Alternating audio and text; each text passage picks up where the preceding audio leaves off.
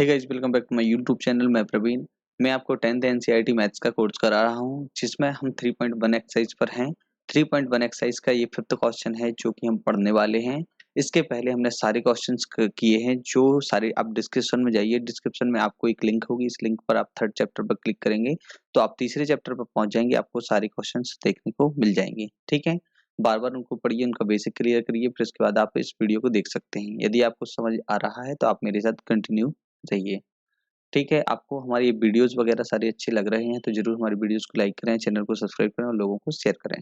अब हम 5वें क्वेश्चन पर बात करते हैं कि इसमें क्या बोला है। एक आयताकार बाग है जिसकी लंबाई चौड़ाई से 4 मीटर अधिक है। थोड़ा सा कंफ्यूजन वाली बात है। का अर्ध परिमाप 36 मीटर है। बाग की विमाएं ज्ञात कीजिए। उन्होंने ऐसा बोला है। तो सबसे पहले मैं आपको बता दूं कि दो चीजें होती हैं, एक आयत होता है, एक वर्ग होता है। तो देखिए, आप समझिए, ये क्या हुआ है। ये आपके सामने ये एक आयत है, ठीक है। इसकी चारों विमाएं एक सी हैं। विमा, विमा का मतलब समझते हो, इसकी चारों भुजाएं एक सी हैं, ठीक है। अब यदि हम इसको वापस डुप्लीकेट बना लें तो इस वाले को मैंने फिर से उठाया, ये है, ठीक है। अब इसको यदि मैं क्या करूं कि थोड़ा सा लंबा कर दूं, कैसा, इसी को मैंने थोड़ा सा लंबा कर दिया तो ये क्या बन गया, आयत। तो आप दोनों चीजों को सबसे पहले क्लियर कर लीजिए कि ये क्या है, आयत है, ठीक है। इसका क्या नाम है, आयत, ठीक है। तो ये क्या है, आयत। जो लंबा होता है तो वो आयत होता है, और जो थोड़ा सा मतलब सेम पूरा चारों भुजाएं एक सी होती हैं तो ये क्या होता है, वर्ग। जैसे इसकी भुजा मैंने एक ए को माना तो ये भी तो उतनी है, तो इसको भी ये मानेंगे, इसको भी ये मानेंगे, इसको भी ये माना। इसको दो माना तो इसको दो मानेंगे, इसको दो मानेंगे, इसको दो मानेंगे, ठीक है। तो जैसे ए माना तो सबको ए मानना पड़ेगा।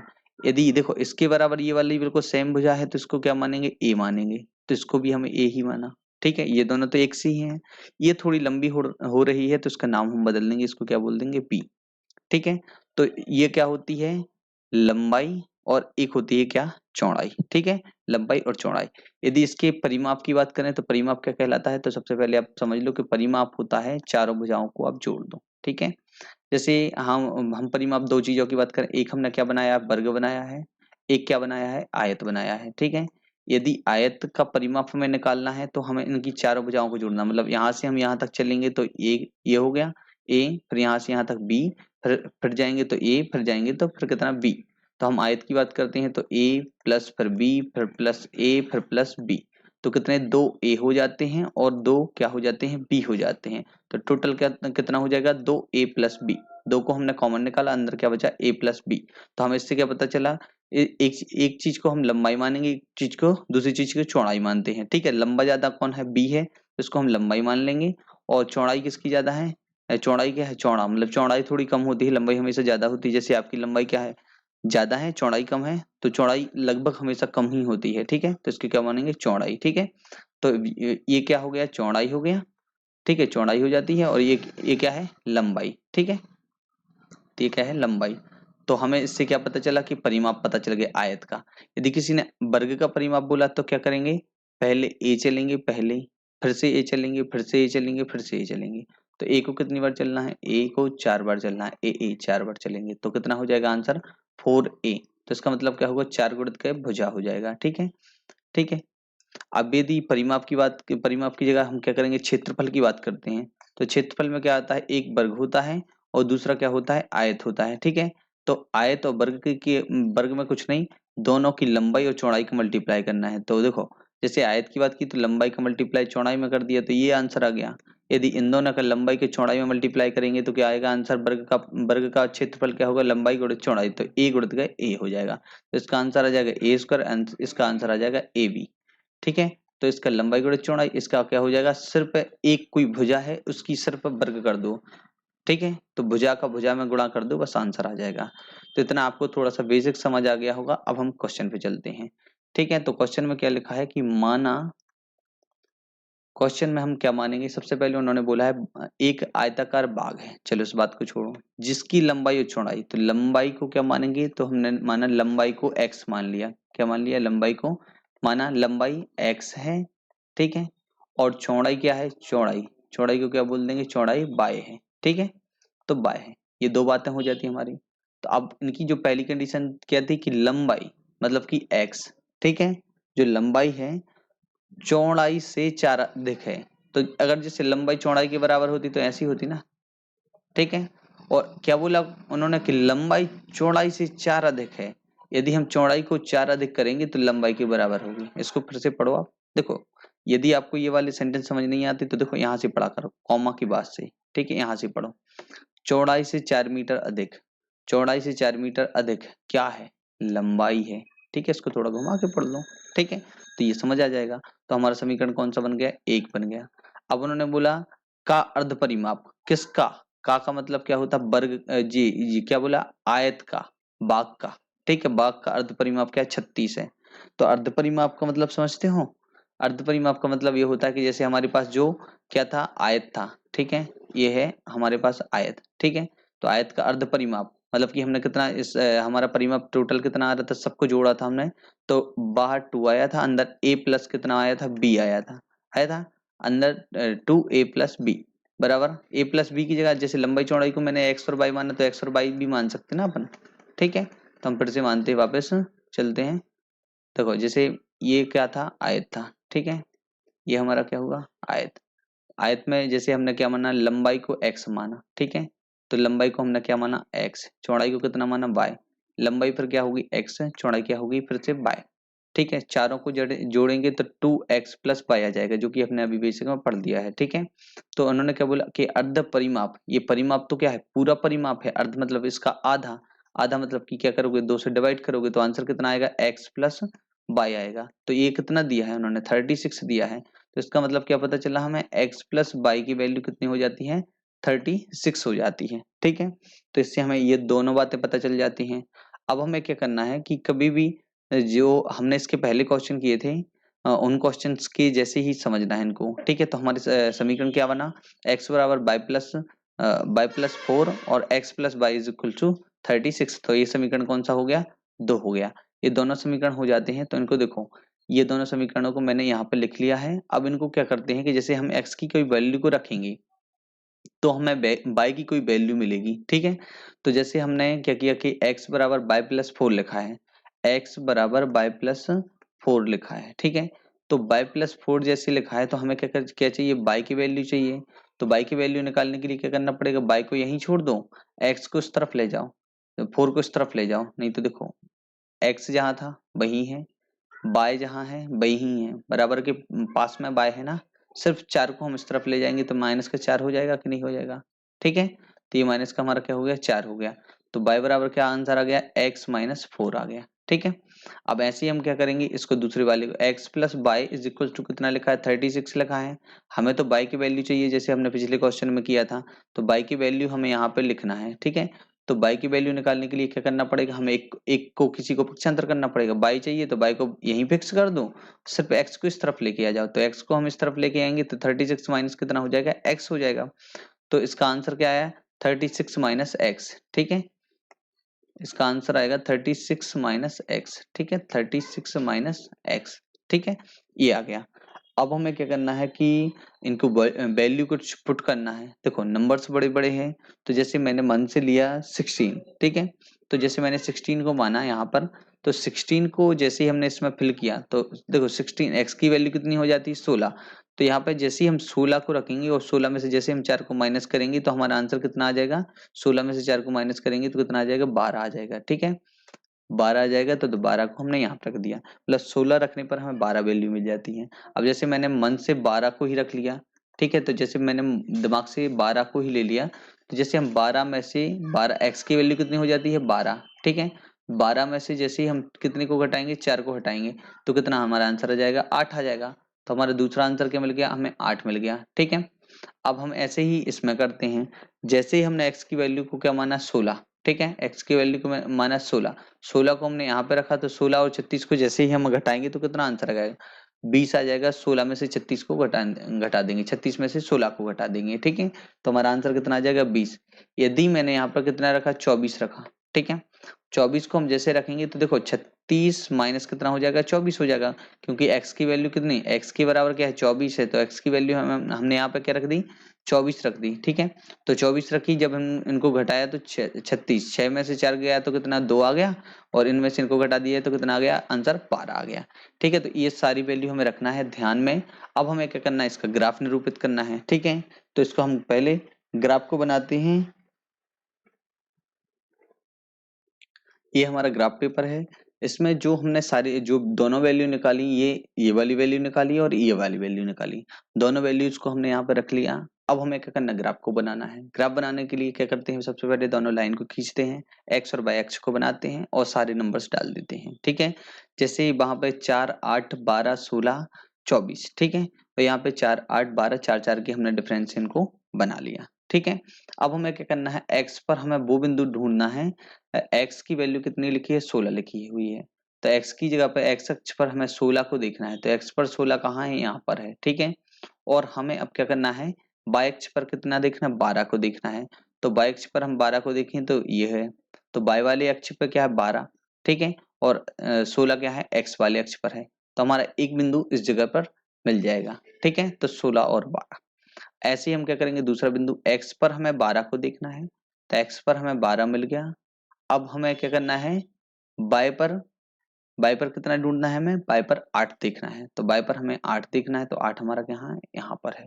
ठीक है, तो हमारे लिए कौन से दो बिंदु मिल जाते हैं, तो ये दूसरा हमारा बिंदु ये मिल गया। ठीक है, अब दोनों बिंदु हमारे मिल जाते हैं, इन दोनों बिंदु को हम सबसे पहले मिलाते हैं, तो इन दोनों बिंदु को हमने मिलाया तो जो पीछे की तरफ यहाँ तक आ गया, इतना ये बिंदु हो गया। ठीक है, तो इतना हमने पूरा इसको ड्रॉ कर लिया कि हमारा ये पूरी रेखा बन रही है। ठीक है, तो रेखा रेखा किस वाले समीकरण की बन रही है, x बराबर y प्लस 4 की बन रही है। ठीक है, अब हमें दूसरा वाला समीकरण है इसकी देखना है, तो x पर 16, तो x पर हमें 16 देखना है, तो 16 हमारा यहाँ पर आएगा x पर 16। ठीक है, ये वाला यहाँ पर 16 कहीं भी आ सकता है। ठीक है, बाय जहाँ रोक दे। अब इसके बाद बाय की वैल्यू कितनी आ जाती है 20, तो मतलब कि कहाँ आ रहा है, तो x पर 16 और बाय पर 20, मतलब कि हमारा बिंदु यहाँ पर आ रहा है। ठीक है, तो यहाँ पर ये वाला बिंदु आ गया। अब दूसरा बिंदु x पर 24, तो x पर 24 कहाँ से यहाँ थे, यहाँ तक x पर 24 आ गया। अब x पर हम यहीं रुके हैं, y का 0 मान होता था, हमें x पे कहीं नहीं जाते। अब y की तरफ क्या बोला है, y की तरफ 12, तो मतलब हमें ऊपर की तरफ जाना है, मतलब y पे 12 के सामने देखना है, y पर 12 के सामने, x पर कितना 24 के सामने। ठीक है, कहाँ ये दोनों टच हो रहे हैं, तो ये इस जगह पर हो रहे हैं। ठीक है, ये दोनों टच हुए, इन दोनों को फिर मैंने इन दोनों बिंदुओं को मिलाया तो हमें एक लाइन मिली। ठीक है, ये वाली लाइन कौन सी है, x plus y is equal to 36, समीकरण नंबर 2 से मिली। ठीक है, ये जो ये दोनों बिंदु हुए थे हमारे ये वाले, इन दोनों बिंदु को हम क्या करेंगे, यदि हम आगे की तरफ बढ़ाएंगे तो ये कहाँ टच होते हैं हम देखते हैं। ठीक है, तो इनको जैसे ही मैंने आगे की तरफ बढ़ाया तो ये हमें पता चला कि इस जगह पर टच हो रहे हैं। किस जगह पर क्रॉस हो रहे हैं, इस जगह पर। ये वाला बिंदु हो कौन सा सकता है, तो इस वाले बिंदु को देखो, नीचे से x पर क्या होगा 20 होगा, यदि आप नीचे से मिलाओ तो x पर कितना होगा 20 होगा, और y पर कितना होगा 16, तो इससे हमें बिंदु नया कौन सा मिला 20 और 16। ठीक है, तो इन दोनों को जैसे ही हम मिलाएंगे तो हमारा एक नया बिंदु जो मिलेगा, तो वो बिंदु कौन सा होगा 20 और 16। ठीक है, मतलब ये एक दूसरे को क्रॉस कर रहे हैं। आद्वितीय हल है, आद्वितीय हल से हमें सीधा सीधा प्रूफ हो जाता है कि हमें कोई एक आंसर मिलेगा। कोई एक आंसर जो मिला है, जो आपको रेड कलर में दिख रहा है, वो 20 और 16 है। ठीक है, जब समीकरण एक दूसरे को ये दोनों क्या करेंगे, प्रतिच्छेद करेंगे, तो किस बिंदु पर प्रतिच्छेद करेंगे, तो ये 20 और 16 पर करेंगे। तो उन्होंने क्या बोला, बाग की विमाएं ज्ञात कीजिए, तो बाग की विमाएं यही है। ठीक है, तो ये आपको क्वेश्चन समझ आ गया होगा। अब हम नेक्स्ट क्वेश्चन पर चलते हैं। ये हमारा 6th क्वेश्चन है। 6वें क्वेश्चन में क्या बोला है उन्होंने कि एक रेखिक समीकरण 2x प्लस 3y माइनस 8 बराबर 0 दी गई है। ठीक है, तो एक रेखिक समीकरण दिया हुआ है, तो इसके दो चरों में से एक ऐसी और रैखिक समीकरण लिखिए, एक और ऐसी रैखिक समीकरण लिखिए ताकि प्राप्त गुण का ज्यामितीय निरूपण जैसा कि प्रतिच्छेद करती हो, समांतर रेखाएं हों और संपाती रेखाएं हों। थोड़ी सी इसकी लैंग्वेज आपको समझ नहीं आई होगी, मैं फिर से बता देता हूँ। उन्होंने बोला एक रैखिक समीकरण है, आप ऐसा एक और रैखिक समीकरण बताइए कि उसकी जो प्रतिच्छेदी रेखाएं दर्शाए और समांतर रेखाएं दर्शाए और इसके बाद है संपाती रेखाएं दर्शाए।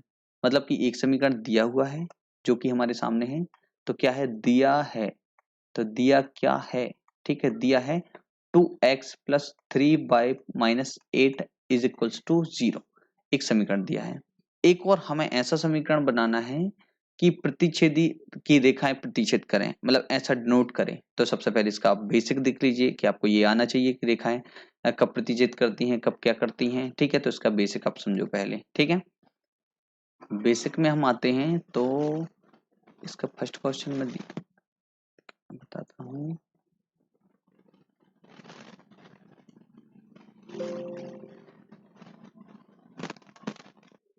ये है कि जब दो रेखाएं प्रतिच्छेद करें तो क्या होता है कि a1 अपॉन, जैसे दोनों रेखाओं के जैसे मैंने समीकरण को लिए, तो ये वाला एक समीकरण, एक ये वाला समीकरण, इन दोनों में हमने जैसी तुलना की तो a1 और a2 की वैल्यू और b1 अपॉन b2 की वैल्यू दोनों बराबर ना हो कभी, ठीक है। जब समांतर रेखाएं हो तो दोनों की वैल्यू बराबर हो, तीसरी वाली वैल्यू बराबर ना हो, ठीक है। तो ये समांतर रेखाएं होंगी। यदि संपाती रेखाएं हैं तो संपाती रेखाएं क्या होंगी, तीनों एक दूसरे के बराबर होंगी, जिसके क्या होंगे, अनंत होंगे। तो आपको ये पूरा बेसिक आना चाहिए, आप इसको बहुत अच्छे से पढ़ लो, समझ लो, फिर उसके बाद हम बात कर सकते हैं, ठीक है। तो ये पूरा क्लियर हो गया। अब हमें क्या करना है कि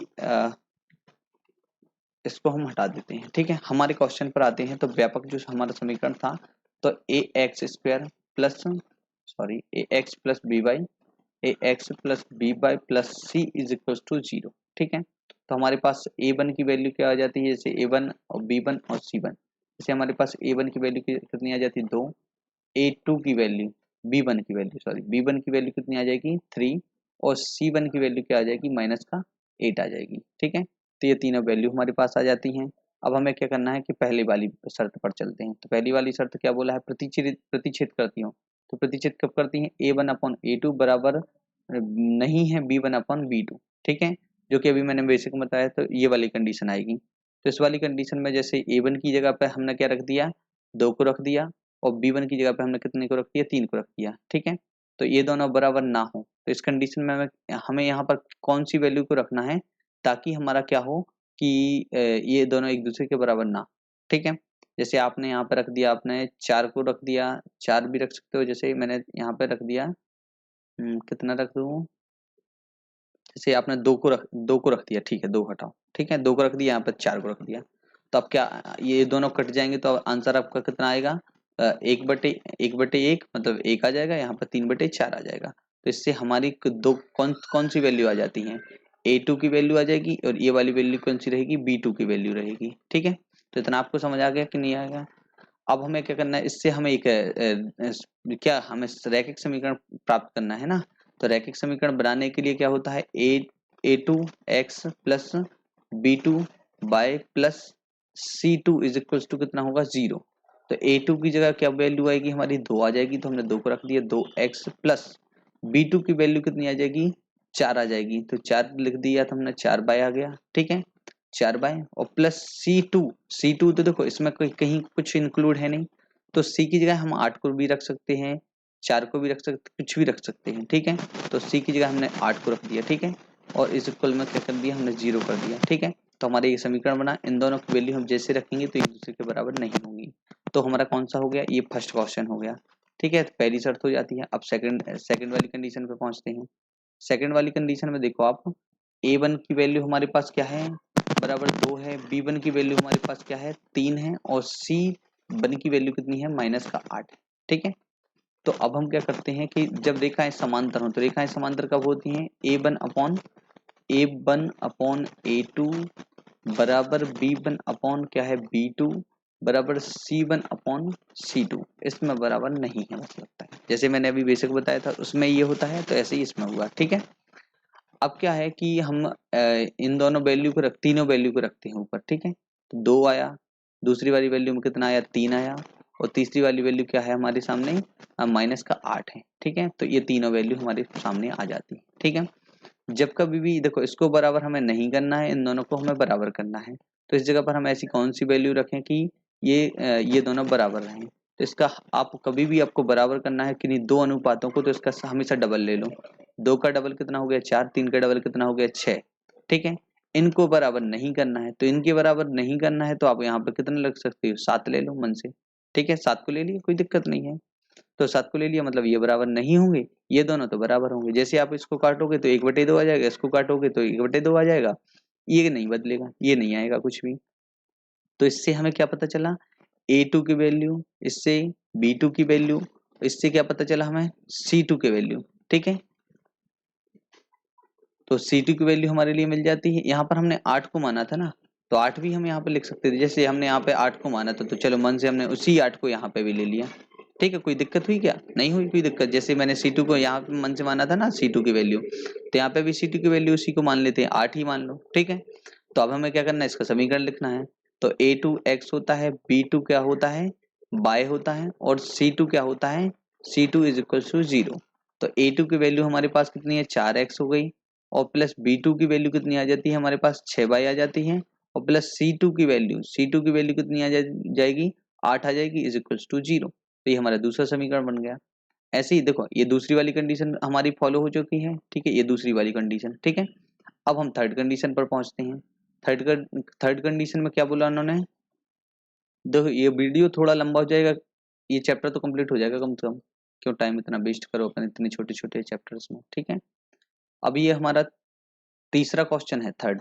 ठीक है, तो थर्ड पे क्या बात करते हैं, संपाती रेखाएं। संपाती रेखाएं क्या होंगी, हमें ये तो पता ही है कि E1 की वैल्यू कितनी है, 2 है, B1 की वैल्यू कितनी है, 3 है, और C1 की वैल्यू कितनी हो जाती है, -8 हो जाती है। ठीक है, तो यहाँ पर ये तीनों हैं जो हमारे सामने। तो अब हमें क्या करना है, तीसरी कंडीशन है, तो तीसरी कंडीशन में तीनों बराबर होना चाहिए, A1/A2, B1 अपॉन क्या है B2, और C1 अपॉन क्या होना चाहिए, C2 होना चाहिए। ठीक है, तीनों बराबर होना चाहिए। तो हमारे पास ऑलरेडी 2, 3 और -8 ये तीनों वैल्यू दी है पहले से। ठीक है, ये तीनों हमने बराबर कर लिए। इसका डबल लगाओ तो 2 दूनी 4 हो गया, 3 दूनी क्या हो गया, 6 हो गया। ठीक है, इसको 6 ले लिया। 8 दूनी कितना लेंगे, 16 लेंगे, वो भी क्या माइनस का लेंगे। ठीक है, माइनस का क्यों लेंगे, ताकि ये क्या हो जाए, इनको काटेंगे तो 1/2 आ जाएगा, इसको काटेंगे तो 1/2 आ जाएगा, इनको काटेंगे तो 1/2 आ जाएगा। ठीक है, तो तीनों में ये आ गया, तीनों बराबर कब होंगे, 1/2 आएंगे, क्योंकि इनको काट देंगे। ठीक है, आपको दिमाग लगाओ। तो ये हमारी A2 की वैल्यू मिल जाती है, ये हमारी कितनी B2 की वैल्यू मिल जाती है, ये हमारी कितनी C2 की वैल्यू मिल जाती है, तीनों वैल्यू मिल जाएंगी। अब हमें क्या करना है कि इसका जो व्यापक समीकरण होता है, A2x plus B2y plus C2 is equal to 0। A2 की वैल्यू कितनी हो जाएगी, 4x, B2 की वैल्यू कितनी हो जाएगी, 6y, और C2 की वैल्यू कितनी हो जाएगी, माइनस का कितना है, 16 इज इक्वल टू 0। तो देखो तीनों समीकरण हमारे लिए मिल चुके हैं। इन तीनों समीकरणों से आपका जो आप इनको कंपेयर करोगे या इनका रैखिक निरूपण करोगे, ज्यामितीय रूप बनाओगे या इसको ग्राफ पर बनाओगे, तो बिल्कुल इन दोनों समीकरणों से जो जो कंडीशन उन्होंने दी है बिल्कुल वो बनेगी। ठीक है, थोड़ा इनसे अच्छा खासा आप इन्वॉल्व हो जाओ इनमें, तो इसलिए उन्होंने इस टाइप का ऐसा क्वेश्चन दिया कि इसको आप और अच्छे से समझ पाओ। ठीक है, तो आपको ये अच्छा लगा हो, इस समझ आ गया होगा क्वेश्चन। अब हम इसके बाद हम नेक्स्ट क्वेश्चन पर चलते हैं। इस क्वेश्चन में बोला है कि समीकरणों x minus y plus 1 is equal to 0 और 3x plus 2y minus 12 is equal to 0 का ग्राफ खींचिए। x अक्ष और इन रेखाओं से बने त्रिभुज के शीर्षों के निर्देशांक को ज्ञात कीजिए। ठीक है, और त्रिभुजाकार पटल का छायांकित कीजिए कि इसमें जो त्रिभुज बने। तो इनका मतलब कहने का ये है कि ये दोनों रेखाओं के समीकरण दिए हुए हैं, दोनों समीकरणों से रेखाओं को क्रॉस करिए। जब आप क्रॉस करोगे तो जिससे आपको एक त्रिभुज मिलेगा, उस त्रिभुज के आप निर्देशांक बताइए और उस एरिया को आप छायांकित कीजिए। तो हम इस क्वेश्चन को करते हैं। तो हमारा जो समीकरण नंबर 1 है, समीकरण नंबर 1 में लिखा हुआ है x minus y plus 1 is equal to 0। ठीक है, और फिर लिखा हुआ है दूसरा समीकरण है 3x प्लस 2y। ठीक है, माइनस का कितना है, 12 इज इक्वल टू 0। ठीक है, अब इससे हमें क्या करना है, सबसे पहले x की वैल्यू जैसे निकालना है। जैसे हम जो ग्राफ बनाते हैं, देखो पिछले जो क्वेश्चन में कर चुके कि जो x की वैल्यू है, तो यहाँ पे हम कुछ रखेंगे तो y की वैल्यू हमें हमारे लिए कुछ मिलना चाहिए। ठीक है, तो इसको हम वही सॉल्व करते हैं कि जैसे हमें हमें क्या निकालना, y की वैल्यू निकालना है। तो y को हम क्या करेंगे, अब उसके बाद इसमें देखो यहाँ पर जैसे हमें y की वैल्यू चाहिए ना, तो y को अकेला इस तरफ ले जाओ तो x प्लस 1 बचा इज इक्वल टू कितना आ गया, y आ गया। तो पहला समीकरण से हमें ये मिल गया। ठीक है, और दूसरे वाली से क्या मिलेगा, हमें क्या चाहिए, y चाहिए। ठीक है, तो हमने ये एरर बना के रख दिया, आपको पेपर में नहीं बनाना, मैं समझाने के लिए बता रहा हूँ। तो हमें जैसे 2y चाहिए तो 2y को यहीं जोड़ दो, इसको इस तरफ ले जाओ तो ये प्लस का 12 हो जाएगा, प्लस का 12 हो जाएगा, इसको ले जाएंगे तो माइनस का 3x हो जाएगा। ठीक है, अब हमें सिर्फ y की वैल्यू चाहिए तो क्या हो जाएगा 12 माइनस 3x अपन कितना हो जाएगा 2 हो जाएगा। ठीक है, ये दोनों हमारे लिए वैल्यू मिल जाएंगी। इन दोनों में से जैसे आप अलग करना चाहते हो तो इसमें से 2 को आप कॉमन ले लो, तो देखो 2 को कॉमन लोगे तो आप 2 को बाहर लिया तो कितना आ जाएगा 6 अंदर आ जाएगा, माइनस का 2 कॉमन तो नहीं 3 कॉमन आएगा इसलिए रहने दो। ठीक है, 2 कॉमन नहीं होगा इसमें क्योंकि 2 इसमें नहीं है, दोनों तरफ होना चाहिए। ठीक है, तो ये हमारे मिल चुके हैं। अब हमारा क्या हुआ कि ये दोनों वैल्यू जो मिली हुई थी हमारे लिए कौन सी मिली, x plus one y is equal to कितना होता है x प्लस वन। ठीक है, y is equal to x plus one. ठीक है, x प्लस वन। और ये दूसरी बारी हमारे लिए कौन सी वैल्यू मिली, Y is equal to 12 minus 3x upon 2। ठीक है, 12 माइनस 3x अपॉन 2। ठीक है, ये हो जाती है, ये दोनों वैल्यू मिल जाती हैं। अब इनको हम मन से कोई वैल्यू को पुट करेंगे, जैसे मैंने आज 0 को पुट किया तो x की जगह जब हम 0 को लेंगे, x का 0 माना तो x की जगह क्या लिया 0 लिया, 0 को रखा तो इसका आंसर कितना आ जाएगा 1 आ जाएगा। ठीक है, जैसे ही मैंने माना कि यहाँ पर जैसे 5 को रखा मन, ठीक है, तो 5 को जैसे ही मैंने रखा यहाँ पे किसको 5 को रखा। ठीक है, तो 5 को जैसे ही हम रखेंगे तो 5 इस जगह पर आ जाएगा तो 5 और 1 कितना हो जाएगा 6 हो जाएगा। ठीक है, जैसे आपको समझ नहीं आया तो y is equal to x plus कितना लिखा है 5, तो x प्लस कितना लिखा है 1 लिखा है। ठीक है, x प्लस कितना है 1, तो x की जगह पे हम किसको लेंगे 5 को लेंगे, तो 5 में 1 को जोड़ेंगे। ठीक है, 5 में हम किसको 1 को जोड़ेंगे तो कितना हमारा आंसर आ जाएगा 6 आंसर आ जाएगा, तो 6 आ गया। ठीक है, अब ऐसे ही क्या होगा कि x की जगह मैंने मान के चलो 0 को लिया। ठीक है, तो x की जगह 0 को जैसे लिया तो y इज इक्वल टू कितना लिखा है 12 माइनस 3x अपन कितना लिखा है 2 लिखा है, तो 12 लिखा है माइनस 3, x की जगह 0 को लो अपन में कितना लिखो 2। ठीक है, ये दोनों क्या हो जाएंगे 0 हो जाएंगे, तो 12 अपन कितना आ जाएगा 2, इन दोनों को काटेंगे तो कितना आ जाएगा आंसर 6 आ जाएगा, तो 6 को हमने यहाँ पे रख दिया। ठीक है, जैसे हमने y इज इक्वल टू कितना लिखा है 12 माइनस 3x अपन कितना है 2 है, जैसे ही मैंने इस x की जगह पे किसको 4 को ले लिया, जैसे 4 को मैंने जैसे लिया तो 12 माइनस 3x की जगह पे 4 को लिया अपॉन में कितना हो गया 2 हो गया। इनको सॉल्व करेंगे 12 माइनस फिर 4 के 3 में मल्टीप्लाई होगा तो कितना आ जाएगा 12 आ जाएगा, अपॉन में कितना आ जाएगा 2, 12 से 12 कैंसिल, इतना ये क्या हो जाएगा पूरा 0। तो जो हमारे बिंदु मिले हमारे लिए, तो ये हमारे दोनों दोनों समीकरण से पहला वाला समीकरण 1 से और ये समीकरण नंबर 2, इन दोनों समीकरण से हमने बिंदु बना लिए। तो हमें सबसे पहले बिंदु बना लेना है, फिर इसके बाद अब हमें ग्राफ पर जाना है कि इन बिंदुओं से क्या होता है क्या बनता है। ये हमने ग्राफ पेपर ले लिया, ग्राफ पेपर पर हमें इन दोनों वैल्यू को लिख लेना है बाजू में, हमें मतलब इनको देखना है। अब इन्हीं को देख के हम क्या करेंगे कि ग्राफ को बनाएंगे जो हमारा बन रहा है। ठीक है, तो सबसे पहले हमें अक्षों को बना लेना है, एक्स और वाई अक्षों को बना लिया। जो माइनस की वैल्यू होती है तो माइनस की इस तरफ होती है, प्लस की इस तरफ और प्लस की ऊपर की तरफ होती है। तो जो सारी वैल्यू आपके सामने दिख रही हैं, अब आपको क्या करना है एक्स पर 0 देखना है। तो एक्स पर आपको 0 देखना है, मतलब एक्स पर आपको कहीं जाने की जरूरत नहीं है, इसका मतलब सीधा ऊपर की तरफ जाना है। तो ऊपर की तरफ हमें किस तरफ जाना है 1 पर जाना है, तो x पर 0 y पर 1, तो y पर 1 मिल गया। ठीक है, तो हमारे लिए ये वाले निर्देशांक मिल जाती है, ये वाले। ठीक है, अब इसके बाद क्या होता है कि हमें x पर क्या करना है, x पर 5 को देखना है, y पर 6 को। x पर हमें 5 को देखा है और y पर किसको देखना है 6 को, तो हमारा बिंदु लगभग यहाँ पर मिलेगा। ठीक है, तो यहाँ पर ये वाला हमारा दूसरा बिंदु मिल जाता है।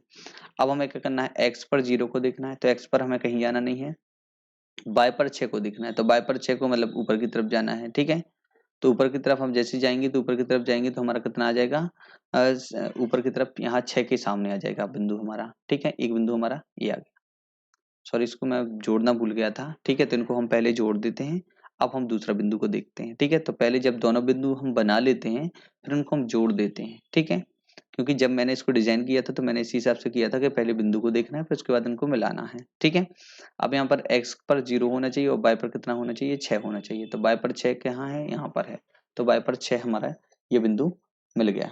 ठीक है, अब इसके बाद हम क्या करते हैं कि जो आगे x पर हमें 0 देखना है, सॉरी x पर हमें 4 देखना है, y पर 0, तो x पर हमारा कितना है ये है, x पर 4 है, y पर 0, मतलब ऊपर की तरफ कहीं भी नहीं जाना, y की तरफ नहीं जाना है, मतलब x पर 0 पर रखना है। तो हमारा एक बिंदु ये मिल गया। इन दोनों को जैसे ही हमने मिलाया तो ये दोनों मिल चुके। ठीक है, दोनों को मिलाने के बाद आप ये बताओ कि आपको त्रिभुज दिख रहा है क्या कहीं, देखो आपको जो त्रिभुज दिख रहा है तो देखो आप नोटिस करो कि इस जगह पर आपको त्रिभुज दिखेगा जहां पर ये दोनों बिंदु मिल चुके हैं। ठीक है, ये वाला एक बिंदु हो गया। अब ये देखो त्रिभुज का क्या हो गया, हाइट हो जाती है। अब हम जब देखते हैं तो इस जगह पर आपका एक त्रिभुज टाइप से बनेगा, जो आपको त्रिभुज दिख रहा है। अब तो दिखा कि नहीं दिखा। अब इसकी आपको तीनों बिंदु देखना है, पी हो गया, आर हो गया, दो बिंदु मिल चुके आपको। क्यू और देखना है तो क्यू आपको यहाँ पर मिलेगा, तो क्यू ये वाला बिंदु हो चुका है। ठीक है, तो आपको तीनों निर्देशांक पता प्राप्त हो चुके कि नहीं, कि हमारा एक त्रिभुज जो बन रहा है तो उस पर त्रिभुज एक कौन सा हो गया, पी 2 और 3 पहला, दूसरा Q -1 और 0, और R कौन सा होगा, 4 और 0। ठीक है, ये तीनों निर्देशांक हमारे लिए मिल चुके हैं। यही हमारे क्वेश्चन का आंसर है। आप लिख दीजिए अतः अतः लास्ट में आप बता दीजिए कि रैखिक समीकरण निरूपित रेखाओं एवं एक्स अक्ष से बने अभीष्ट त्रिभुज PQR के अभीष्ट निर्देशांक P2 3 Q -1 और 0, R 4 और 0 हैं तथा प्राप्त त्रिभुज पटल में उपर्युक्त आकृति में जो ऊपर दी हुई आकृति है, छायांकित भाग है, वो एक त्रिभुज है। ठीक है, तो आपको ये पूरा समझ आ गया होगा। थोड़ा सा टफ लगा होगा, आप फिर से इसी वीडियो को देखिए। इस वीडियो को आप बार बार देखेंगे, जैसे आप पूरा देख लेंगे, बार बार देख के आप अपने डाउट क्लियर कर लेंगे। ठीक है, आपको हमारा ये वीडियो अच्छा लगा हो तो जरूर हमारे इस वीडियो को लाइक करें और चैनल को सब्सक्राइब करें। आप अपने सभी दोस्तों को शेयर करें। इसमें एक फीचर और है, जैसे ही आप क्लिक करोगे वहां पर जहां पर नंबर चलते हैं तो आप एक ही क्वेश्चन को अलग अलग पढ़ सकते हैं। ठीक है, इसकी जरूरत नहीं है कि आपने बीच में कुछ भाषण भी सुनो। ठीक है, थैंक यू।